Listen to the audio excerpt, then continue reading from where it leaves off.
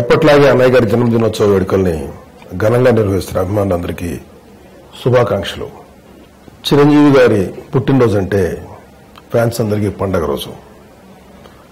So fans చేసుకుంటున్నటువంటి ఈ జన్మదినోత్సవ వేడుకలకి నేను, చరణ్, బన్నీ, వరుణ్, తేజ్ బాబు, మా మెగా ఫ్యామిలీ తరఫున అందరం హాజరవుతున్నాం. ఫ్యాన్స్ చేస్తున్న ఈ పండుగలో పార్టిసిపేట్ చేయడం అనేది నిజంగా మాకు ఒక సంతోషకరమైన, చాలా ఉత్సాహకరమైనటువంటి సంఘటన.